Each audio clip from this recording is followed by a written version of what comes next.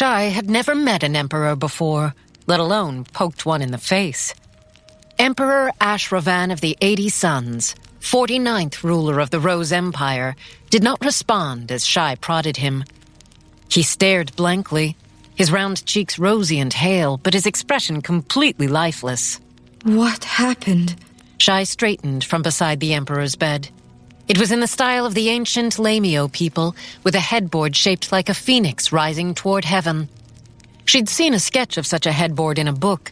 Likely, the forgery had been drawn from that source. Assassins. Gaotona stood on the other side of the bed, alongside two surgeons. Of the strikers, only their captain, Zhu, had been allowed to enter. The murderers broke in 2 nights ago, attacking the Emperor and his wife. She was slain. The Emperor received a crossbow bolt to the head. That considered, he's looking remarkable.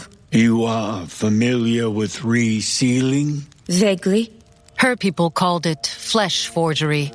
Using it, a surgeon of great skill could forge a body to remove its wounds and scars. It required great specialization.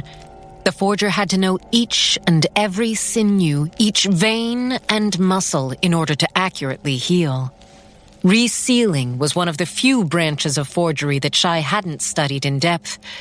Get an ordinary forgery wrong and you created a work of poor artistic merit. Get a flesh forgery wrong and people die. Frava walked around the foot of the bed, hands behind her back. Our resealers are the best in the world.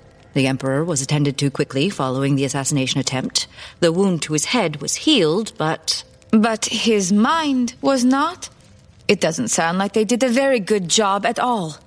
The surgeon who had cleared his throat was a diminutive man and had ears like window shutters that had been thrown open wide on a sunny day. Resealing repairs a body and makes it anew. That, however, is much like rebinding a book with fresh paper following a fire. Yes, it may look exactly the same, and it may be whole all the way through. The words are gone. We have given the Emperor a new brain. It is merely empty. Huh.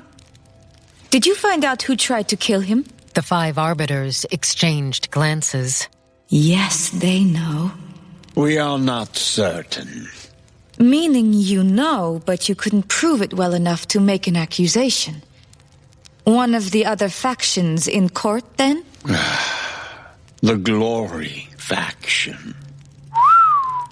That makes sense.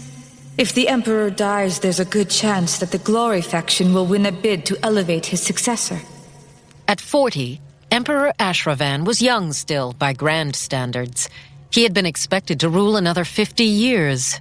If he's replaced, these 5 arbiters will lose their positions. That, by imperial politics, would be a huge blow to their status. They'd drop from being the most powerful people in the world to being among the lowest of the Empire's 80 factions. The assassins did not survive their attack. The Glory faction does not yet know whether their ploy succeeded. You are going to replace the Emperor's soul with a forgery.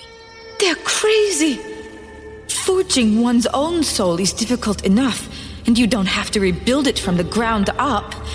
These arbiters have no idea what they're asking. But of course they don't. They hate forgery, or so they claim. They walk on imitation floor tiles past copies of ancient vases.